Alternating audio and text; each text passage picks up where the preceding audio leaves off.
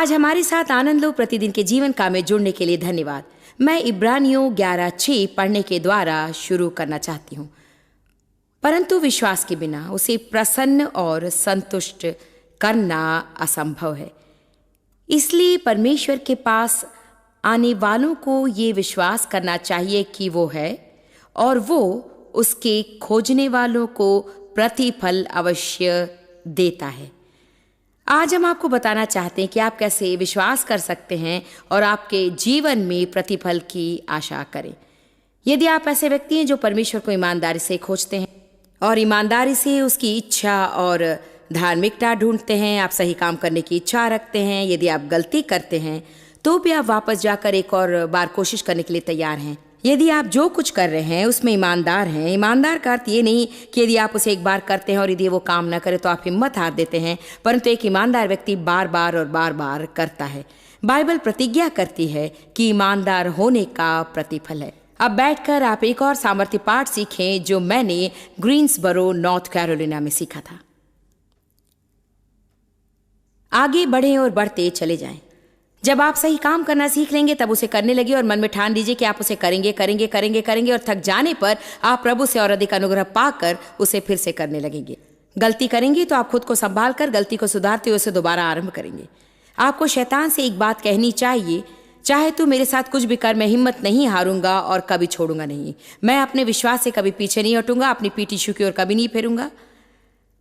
मैं जो सही है वही करूंगा और मैं जानता हूं कि मुझे आगे बढ़कर निश्चय ही सही परिणाम अवश्य प्राप्त होंगे, क्योंकि परमेश्वर कोई मनुष्य नहीं कि झूठ बोले। आमीन। आज यहाँ बहुत से लोग हैं और बहुत से लोग टीवी पर देख रहे हैं जिन्होंने लंबे समय से इसका अनुभव किया है। मेरे कहने का अर्थ है कि डेव और मेरी तरह आप भी परमेश्वर के वचन पर विश्वास करते आए हैं और आप भी मेरी तरह गवाही अवश्य दें यदि आप वचनों में काम करते रहे वचन काम करता है कि नहीं। कितने लोगों ने परिश्रम करके अपने जीवन में आश्चर्यजनक और महान बदलाव देखे हैं, परंतु ये सब एक ही रात में नहीं हुआ है ना। 28 साल पहले परमेश्वर ने मुझे सेवकाई के लिए बुलाया। मैंने सोचा मैं ऐसी सेवकाई करूंगी और मैं नहीं जानती थी कि मैंने क्या सोचा। अगले दिन सुबह उठते ही लोकप्रिय हो जाऊंगी, मैं नहीं जानती थी, परंतु मैं अकेलेपन और शून्य वर्षों से होकर जा रही थी। प्रभु मुझसे व्यवहार करता रहा और मुझसे निपट कर मुझे बदलने लगा और बदलने लगा और मेरी धारणा को बदलने लगा। मुझे उन बातों से होकर ले गया जो मेरे लिए कठिन और मुश्किल, असंभव और अन्याय सा लगता था। लोग मेरे विरोध में आते थे, मेरा न्याय करते थे, वगैरह वगैरह वगैरह। और मैं आपसे कहूं ये कोई मजाक या खेल नहीं था, परंतु मेरी गवाही मैं भी यही हूं। आमीन। मैं आपसे कुछ कहूं, ये गवाही रखना अच्छा है। सब लोग कहें मेरी गवाही ये है कि मैं अभी भी यहां पर हूं। ठीक है। अब आप जानते हैं कई लोग आशा करते हैं कि परमेश्वर के साथ उनका गहरा संबंध हो। मैं आशा करती हूं कि परमेश्वर के करीब रहूं। काश मैं प्रभु की उपस्थिति का अनुभव करूं। मेरी आशा है कि मैं प्रार्थना में मजबूत हो जाऊं। आशा है कि प्रभु को और अधिक जानूं। जानते हैं पौलुस ने फिलिपियों 3:10 में कहा, मैं उसको और उसके मृत्युंजय की सामर्थ को जानूं, कि मैं उसे और अधिक जानते रहूं। मुझे एम्प्लीफाइड पसंद है। पौलुस ने कभी नहीं सोचा कि ये रातों रात हो जाएगा। वो कहता है मैंने निश्चय कर लिया और मैंने ये ठान लिया और उसमें मैं दृढ़ हूं कि मैं मसीह को जानूं। जब वो कहता है जानूं तो इसका यह अर्थ नहीं कि सिर्फ जानूं, वरन और अधिक जानने से है। उसका अर्थ है गहराई से जानना और उसे निकटता से जानना, व्यक्तिगत रूप में जानना, अपने जीवन की हर परिस्थिति में मसीह का अनुभव करना और परमेश्वर की विशेषताओं को जानना, यीशु मसीह के नाम की सामर्थ जानना और वचन के सिद्धांत को परखना। उसने कहा मैं उसे जानना चाहता हूं और मैं अनुभव के रूप में उसे जानना चाहता हूं। मैं यीशु का हाथ थाम कर उन बातों में से होकर जाना चाहता हूं ताकि दूसरी ओर पहुंच कर कह सकूं संतों में जानता हूं कि वचन कार्य करता है। हम लोगों से कहते हैं क्या आप मसीह को जानते हैं? आमीन आमीन। उस रीति से जानने और ऐसे जानने में बड़ा फर्क है। देखिए, यदि आपके जीवन में कोई हादसा होता है, ऐसा कुछ जिसे आप समझ नहीं सकते, ऐसा कुछ अन्याय सा प्रतीत हो, ऐसा कुछ जिसे आप जान न सके, ऐसा कुछ जिसके कारण आप चीखते और भागते, हार मानते और चल जाने से इनकार करते हैं और फिर भी आप प्रभु के साथ चलने का निर्णय लेते हैं और वही आपके मुश्किल के समय में आपके साथ है, तो अब आप कहना शुरू कर सकते हैं कि मैं उसको और उसके मृत्युंजय की सामर्थ को जानता हूं। मैं कुछ चिड़चिड़े लोगों से बहुत ही परेशान हो जाती हूँ। नहीं नहीं नहीं नहीं नहीं नहीं नहीं नहीं नहीं नहीं नहीं नहीं नहीं नहीं नहीं। मैंने कैसेट्स खरीदे, मैं आपकी सभा में 3 बार आई और मुझे कुछ समझ में नहीं आ रहा है। एक महिला एक बार मंच पर आई और अपने हाथ कमर पर रखकर कहने लगी, मुझे मेरा पैसा चाहिए। मैंने कहा, क्या आपका पैसा वापस चाहिए? उसने कहा, मैंने 2 हफ्ते कोशिश की पर कुछ नहीं प्राप्त हुआ। देखिए, हम यहां आपसे दान लेकर कोई मंत्र नहीं बताते हैं जिसे आप जाकर बस अगर 2 बार कहें तो आपके जीवन में चमत्कार हो जाएगा और आपकी सारी समस्याएं दूर हो जाएंगी। हम आपको प्रभु का वचन सुनाते हैं और कहते हैं कि प्रभु के सुसमाचार प्रचार में हमारी सहायता करें, क्योंकि यदि हम प्रचार करते हैं और प्रचार करते हैं और प्रचार करते हैं और प्रचार करते हैं और प्रचार करते हैं, मैं लोगों को समझाने की कोशिश करी हूं कि समर्पण में सामर्थ्य होती है। आजकल लोग समर्पण करना ही नहीं चाहते, इसलिए लोग शादी किए बिना ही साथ रहते हैं।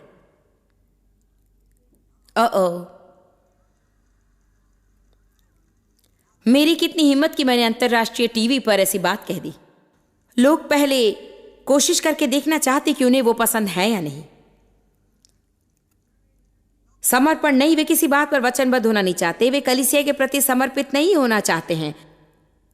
और मुसाफिर की तरह वे एक जगह से दूसरी जगह पर जाते हैं और आप में से कुछ लोग इतनी कलीसिया में जा चुके हैं कि आप उनकी गिनती अपनी उंगलियों पर भी नहीं कर सकते हैं, क्योंकि जब कभी ऐसा हो जाए जो आपको अच्छा न लगे, आप वहां से निकल कर और कहीं चले जाते हैं। और देखिए, साहस से काम लेने का यह अर्थ नहीं कि मैं छोड़ देता हूं। जो मुझे चाहिए वो आप नहीं दे रहे हैं, मैं जा रही हूं, मैं यहां नहीं रहूंगी। मुझे आपके साथ रहना अच्छा नहीं लग रहा है, मैं जा रही हूं। ऐसा अनुभव आपको हुआ कि प्रभु ने आपको कहीं रखा और आप किसी दूसरे की भलाई करें और वहां रहने में आपको कोई लाभ नहीं होता है? ओ कैसा लगेगा यदि आप अपने घर के सामने बड़े अक्षरों में लिखे, ये सब मेरे लिए नहीं है। आमीन। कुछ दिनों पहले मैं अपनी परिचित महिला से बातें कर रही थी, जो कि ऐसी है जो अकेले रहने में आनंद लेती है और किसी का अधिक ध्यान नहीं रखती थी। वो लोगों को चाहती है, परंतु जितनी जल्दी हो सके उतनी जल्दी अकेले घर में जा बैठती है, हस्तक्षेप भी नहीं करती और नहीं चाहती कि प्रभु उस क्षेत्र में उससे व्यवहार करे। मैंने कहा, क्या कभी ऐसा हुआ है कि प्रभु की इच्छा होती है कि आप किसी काम में शामिल होकर दूसरों की भलाई करें? ये एक प्रकाशन है। आमीन। कितने लोग ऐसा सोचते हैं? हम सदा सोचते कि यदि हमारे काम की बात ना हो तो हम उसे क्यों करें, परंतु सब कुछ हमारे लिए नहीं है। जब आप शादी करते हैं वो सिर्फ आपके लिए नहीं होता है। ये नहीं कि आप मुझे खुश नहीं रखते, आप मेरी उन्नति नहीं कर रहे, आप मुझे सुधार नहीं रहे, आप ये नहीं और आप वो नहीं है। आखिर आप क्या कर रहे हैं? आमीन। मुझे याद है एक बार मैंने प्रभु से कहा, मुझे कब इससे कोई लाभ होगा? उसने कहा, जब तुम इसके लिए कुछ करोगी।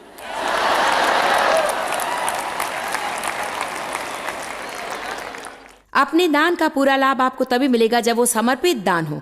इसलिए हम लोगों को अपना सहभागी बनाते हैं, क्योंकि यदि आप नियमित रूप में दान करते हैं तो आपको बहुतायत का फल मिलेगा। आपके कामों की हम प्रशंसा करते हैं, परंतु यदि आप इस महीने बीज के रूप में दान को यहाँ रखते हैं और अगले महीने वहाँ और अगले महीने यहाँ, और आप कहेंगे मैं अपने बीज को बिखेर कर यहाँ वहाँ शामिल होना चाहती हूँ, ये बहुत अच्छा है, आप जिसे चाहे दीजिए, जिसे चाहे आप आशीष दे सकते हैं। लेकिन देखिए, कुछ लोगों को आपको समर्पित होना चाहिए ताकि आपको मुश्किल ना हो और आप हर समय दान देते रह सके, चाहे आपके दिन बुरे या अच्छे हो। जब भी हो सके आप दान दीजिए और देते रहिए और देते रहिए, और आप दान देते रहिए और देते रहिए, देते रहिए, देते रहिए। और यदि उस महीने आपका अधिक खर्च हो तब भी आप दान दीजिए, तब आप सफलता प्राप्त करेंगे। कृपया आज आप ये समझ लीजिए कि जब शैतान आपका विरोध करता है और आप जो कुछ सही उसे करते रहते हैं, वो सबसे उत्तम बीज बन जाता है जो आपके जीवन में बढ़िया फसल पैदा करेगा। लेकिन जब भी कठिनाई हो और आप दान करना छोड़ दें, आप कुछ नहीं पाएंगे। केवल परिश्रमी मनुष्य ही समृद्ध हो सकता है। आमीन। दूसरों को धन्य करने में सक्रिय रहिए। अपने चर्च के कामों को लगन से कीजिए। ईमानदारी से आप बाइबल पढ़िए। जीवन के लिए योजना बनाइए। ये जानने का प्रयत्न कीजिए कि प्रभु आपसे क्या चाहते हैं और कभी अपनी भावनाओं पर मत जाएं। पौलुस ने कहा, ये मेरा दृढ़ निश्चय है। मेरा एक लक्ष्य है और एक दृढ़ निश्चय है। तो पौलुस ने कहा फिलिपियो अध्याय 10 पद 3 में कि मैं उसको और उसके मृत्युंजय की सामर्थ को और उसके साथ दुखों में सहभागी होने के मर्म को अच्छी तरह से जानूं और उसकी मृत्यु की समानता को प्राप्त करूं ताकि मैं उसके दुखों में सहभागी हो सकूं। ओ सचमुच बाइबल में ऐसा ही लिखा गया है, मैं दुखों में सहभागी हो जाऊं और उसकी समानता को प्राप्त करूं। दुखों को सहे बिना आप उसकी समानता प्राप्त नहीं कर सकते, क्योंकि यदि आप एक सच्ची बाइबल के विश्वासी बनना चाहते हैं, और आप जानते हैं कि सब तरह के लोग खुद को मसीह कहते हैं, परंतु यदि आप एक सच्चे मसीह बनना चाहते हैं, ऐसा मनुष्य जो अपने चरित्र और स्वभाव में मसीह जैसा हो, ऐसा मनुष्य जो आत्मा का फल पैदा करता है, ऐसा मनुष्य जो निस्वार्थी और परोपकारी हो, ऐसा मनुष्य जो सचमुच प्रभु की इच्छा पूरी करता है, तो फिर आपको कुछ बातों में से होकर गुजरना होता है और आपके जीवन में ऐसी घटनाएं घटेंगी जो अनिवार्य हैं और आप नहीं चाहते कि वैसा हो। पौलुस ने, जिसने नए नियम के 2/3 भाग लिखे, उसने कहा, मैंने उसे जानने का निश्चय किया है और उसके मृत्युंजय की सामर्थ्य को भी जानूं और मैं उसकी समानता प्राप्त करना चाहता हूं। लेकिन मैं जानता हूं कि मुझे कुछ मुश्किल, तकलीफ और दुख उठाने होंगे, परंतु यदि आप जैसे हैं वैसे ही रहेंगे तो भी आने वाले दिनों में अवश्य दुख उठाएंगे। तो दुख उठाने में उत्तमता है, क्योंकि हमारे जीवन में सब कुछ गलत है और उसके कारण हम दुखी हो, जो कभी दूर नहीं होता। गलती को सुधारने के लिए दुख सहना अच्छा है, क्योंकि अंत में हम विजय और आजादी प्राप्त करेंगे, जिसके कारण हमें जीवन में लगातार दुखी रहना नहीं होगा।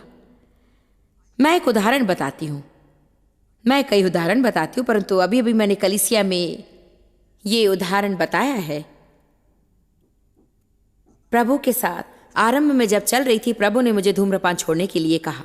मैं धूम्रपान पर ही जोर नहीं दे रही हूं, मैं जानती हूं कि यहां भी कुछ लोग हैं जो धूम्रपान करते हैं, और मैं सोचती हूँ कि सिगरेट पीने से कोई नर्क में नहीं जाएगा, परंतु मैं नहीं सोचती कि वो आपके लिए लाभदायी है और इससे आपकी गवाही को चोट पहुंच सकती है। ऐसे बहुत से लोग हैं जो सच में मानते हैं कि ऐसी बातें बुरी होती हैं। प्रेरित पौलुस कहता है कि कभी कभी हालांकि हमें कुछ करने की आज़ादी होती है, हमें दूसरे लोगों के लिए वो नहीं करना है। पहली बार जब डेव और मैं सेवकाई में आए, तब प्रभु ने हमें किसी भी प्रकार की शराब या नशीले पदार्थ का सेवन करने से मना किया था। खैर, हमारी पृष्ठभूमि ऐसी थी, मतलब हमारे चर्च की पृष्ठभूमि, जहाँ शराब या कुछ और खाने पीने के बारे में लोग कुछ बुरा नहीं सोचते थे, और प्रभु ने हमें ये सब करने से मना किया। उसने हमें ये कहकर समझाया कि हालांकि हफ्ते में एक बार एक गिलास शराब पीना शायद तुम्हारे लिए कुछ गलत ना लगे, मैं तुम्हें ऐसी जगह पर रखने जा रहा हूँ जहाँ के लोग यदि तुम्हें शराब पीते हुए देखेंगे तो तुम्हारी बातों को नहीं सुनेंगे या मानेंगे। इसलिए मैं चाहता हूँ कि मेरे लिए तुम इन बातों को छोड़ दो, क्योंकि मेरी यही इच्छा है। कभी कभी प्रभु आपसे ऐसा कुछ करने को कहेगा जो आपसे संबंधित भी नहीं रहेगा। इसलिए यहां पर मैं बहुत आध्यात्मिक बनने की कोशिश नहीं कर रही हूं और ये नहीं कह रही हूं कि प्रभु की सेवा करने के लिए आपको क्या करना है और क्या नहीं करना है उसकी सूची तैयार करनी चाहिए। कभी कभी कुछ धार्मिक संस्थाएं अलग अलग बातों की सूची तैयार करके उन्हें गलत बताती हैं, जैसे आप मेकअप नहीं कर सकते, आप ये नहीं कर सकते। सच में इसका कोई वचन का आधार नहीं है। अभी हम व्यवस्था की आत्मा के अधीन नहीं है, हम आत्मा के अधीन हैं। पाप और मृत्यु की व्यवस्था से हम छुड़ाए जा चुके हैं, परंतु हम आत्मा की व्यवस्था का पालन करते हैं। मतलब यदि प्रभु धूम्रपान छोड़ने के लिए कहता है तो छोड़ दें, यदि और कोई आदत छोड़ने के लिए कहे तो छोड़ दो। ऐसी बहुत सी बातें हैं जो लोग टेलीविजन पर देखते हैं, अपने मित्रों के साथ में फिल्म देखने जाते हैं, और मैं ऐसे कई लोगों को सेवकाई में देखती हूँ जो फिल्म देखते हैं जिसे देखने से प्रभु ने मुझे मना किया। आज मैं आपसे कह रही हूँ, ये ऐसी बात नहीं कि आप जो कर सकते हैं करें। बात यह है कि आपको अपने जीवन में पवित्र आत्मा की अगुवाई का पालन करना है, क्योंकि जब आप प्रभु के सामने खड़े होंगे तब वो आपके बारे में ही पूछेगा, दूसरों के बारे में नहीं।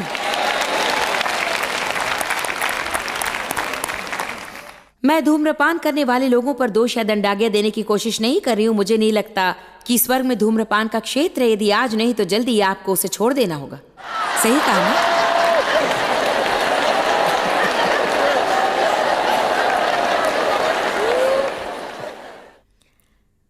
मेरा अर्थ है कि जब से प्रभु ने मुझे धूम्रपान करने से मना किया और तब से जब भी मैं सिगरेट पीती तो मुझे दोष महसूस होता। हर रोज मैं दोष का अनुभव करती थी। अपने मसीह मित्रों से छिप कर मैं धूम्रपान करती क्योंकि मुझे बुरा लगता था। चर्च की आराधना खत्म होने पर मैं अपनी कार के आगे की सीट पर बैठकर सिगरेट पीती।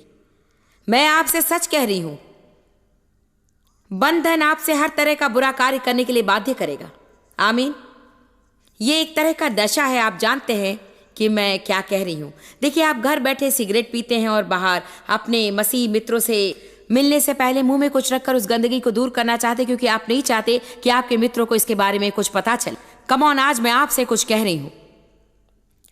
जैसा कि पौलुस ने कहा, जो मैं करना चाहता हूं उसे करने में असमर्थ हूं, और जो नहीं करना चाहता उसे सदा करते रहता हूं। इस मृत्यु की देह से मुझे कौन छुड़ाएगा? धन्यवाद, प्रभु छुड़ाएगा। हम खुद को छुड़ा नहीं सकते, हमें प्रभु की मदद चाहिए और हमें प्रार्थना करके उसे मदद मांगनी है, परंतु हमें अपना भाग करना है। कभी कभी हमारा भाग इतना ही है कि हमें दुख सहने के लिए तैयार रहना है। यदि आप कुछ समय के लिए दुख सहने के लिए तैयार होकर कहे कि एक दिन और मैं इसे सह सकता हूं, तो फिर आप ऐसी स्थिति में आ जाएंगे जहां आप खुद से मुक्त हो सकेंगे।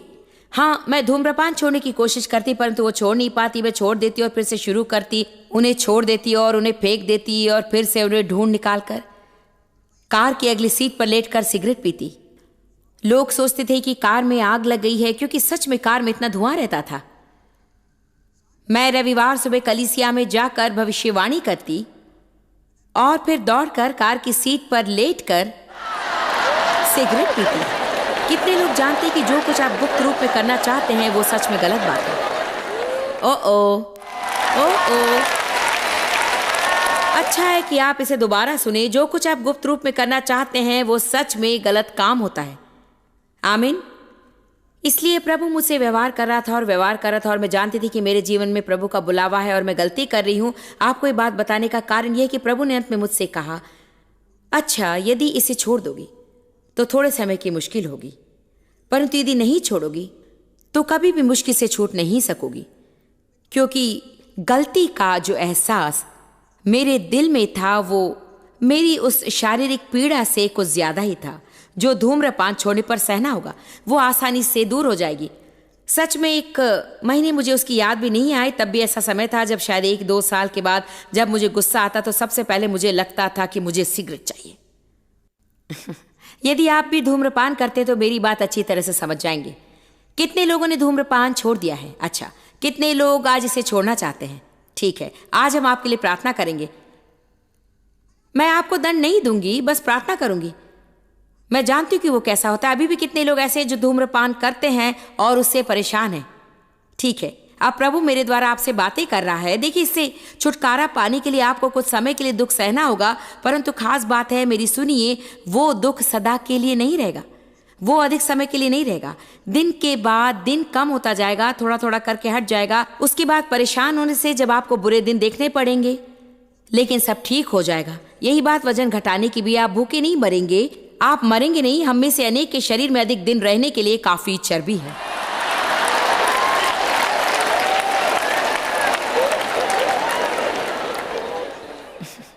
मैंने सही कहा ना?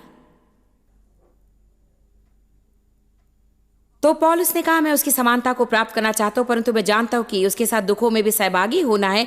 देखिए, यदि आप वो नहीं करेंगे जो प्रभु आपसे कहता है, तो आप सच में दुख उठाएंगे, परंतु वो दुख ऐसा होगा जिसका कभी अंत नहीं होगा। वैसा दुख होगा जो दिनों दिन बढ़ते जाएगा और आपको मृत्यु की ओर ले जाएगा। इसलिए क्यों ना आप सही चुनाव करें और प्रभु के साथ दुख उठाएं।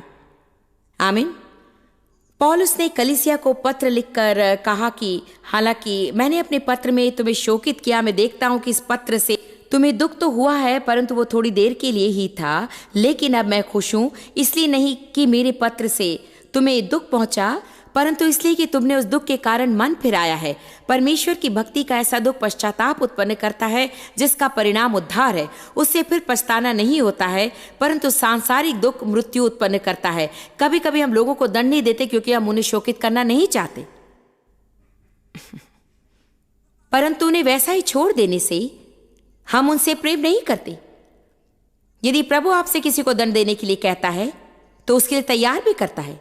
कई बार हम लोगों को दंड देना नहीं चाहते क्योंकि हम नहीं चाहते कि वे हमसे नाराज हो, परंतु अंत पे उसका प्रभाव हम पर ही पड़ता है। ठीक है, तो आज हम कुछ अच्छी बातें सीख रहे हैं ना। फिलिपियो 3:10, मैं उसके साथ दुख में सहभागी होकर उसकी मृत्यु की समानता को प्राप्त करूं। और वचन 11 कहता है कि ताकि मैं किसी भी रूप में मरे हुए में से जी उठने के पद तक पहुंचूं। क्या हम ये नहीं चाहते? हालांकि हम सांसारिक शरीर में, हमने प्रभु में ऐसा स्थान प्राप्त किया है कि उनसे कोई फर्क नहीं होता। यही है मृत्युंजय की सामर्थ। परंतु वो कहता है कि इसे पाने के लिए मैंने निश्चय किया है कि मैं उसको जानूं और उसके मृत्युंजय की सामर्थ को जानूं और उसकी मृत्यु की समानता प्राप्त करूं। इसमें बहुत समय लगेगा, शायद पूरा जीवन ही। तब तक मैं महिमा से महिमा से महिमा से महिमा में प्रवेश करता रहूंगा और मैं दुखी होऊंगा। परंतु जब भी किसी बात में से होकर जाऊं, मैं उसके द्वारा अपने जीवन में नई महिमा पाते चला जाऊंगा। देखिए पहला पत्रस 5। उन बातों में से होकर जाने से ना घबराए, चाहे कुछ भी हो, आपको उनमें से होकर जाना ही है। तो अच्छा है कि आप सही बातों में से होकर जाएं और इसे सही कर ले। कितनी अर्थपूर्ण बात है ना। लोग दुख उठाने और दर्द से इतना घबराते हैं, लेकिन आपको चोट तो उठानी है। जब मैंने इसे समझा तब इसने मेरी मदद की। ये मानो आप किसी बात को अनदेखा नहीं कर रहे हैं, आप बस असाधारण को दूर कर रहे हैं।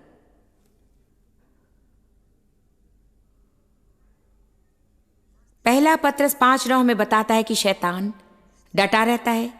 विश्वास में दृढ़ रहा उन लोगों के विरोध में। जड़ पकड़ें, स्थिर हो जाएं, मजबूत हो, अटल हो। और एम्प्लीफाइड कहती है कि निश्चित हो जाए।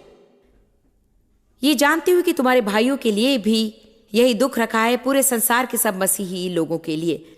वचन 10। और कुछ समय दुख उठाने के बाद में सारे अनुग्रह का प्रभु, जो सारी आशीष और कृपा उंडेलता है, जिसने तुम्हें अपनी अनंत महिमा में यीशु मसीह में बुलाया है, वो स्वयं इसे पूरा करे और तुम्हें जो होना चाहिए वो बनाए। वो तुम्हें स्थापित करे और सुरक्षित और मजबूत करे और तुम्हें स्थिर करे। हमें थोड़े समय के लिए दुख क्यों उठाना है? जानते हैं मैं क्या सोचती हूँ कि ये क्या है?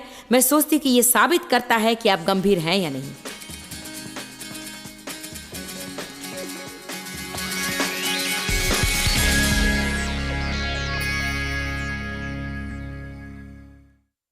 आप एक सबसे महत्वपूर्ण काम कर सकते हैं कि आप प्रतिदिन परमेश्वर के साथ अच्छा उत्तम समय बिताएं।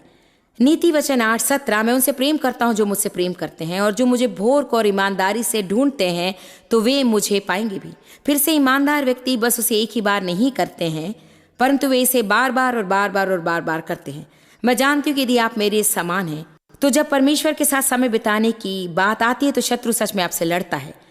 परंतु यदि आप डटे रहेंगे और आगे बढ़ेंगे तो आपके जीवन में ऐसा समय आएगा जब आप उस युद्ध का अनुभव नहीं करेंगे। आपको बस इस बात को ठान लेना है कि शत्रु को ये जानने दें कि आप परमेश्वर के साथ समय बिता रहे हैं, क्योंकि आप जानते हैं कि जब तक आप परमेश्वर के साथ समय नहीं बिताते हैं तब तक आप शायद जीवित भी नहीं रह सकते। मैं विश्वास करती हूँ कि जब आप परमेश्वर के साथ समय बिताते हैं, वो उसे आदर देता है। हमें परमेश्वर को हमारे जीवन में पहले स्थान पर रखना है। कुछ लोग कहते हैं परमेश्वर के साथ मुझे जो समय बिताना है उसमें मुझे क्या करना चाहिए। आप बाइबल पढ़ सकते हैं, आत्मसमर्पण कर सकते हैं, आपकी मदद करने वाली ईश्वरीय सिद्धांतों को सिखाने वाली किताब पढ़ सकते हैं, आप उस शिक्षा के टेप सुन सकते हैं, आप टेलीविजन पर मेरे कार्यक्रम देख सकते हैं, और फिर प्रार्थना में समय बिता सकते हैं। वो परमेश्वर के साथ बातें करना है, उसके साथ असली होना है, आपसे संबंधित सब बातें बताना है, और आप जो कुछ करते हैं उसमें उसे जुड़ने के लिए अवश्य कहें। मैं आपको प्रोत्साहित करती हूँ कि आप परमेश्वर के साथ प्रतिदिन उत्तम समय बिताएं। उसके समान आपके जीवन में कुछ और फर्क नहीं ला सकता है। प्रभु आशीष दे।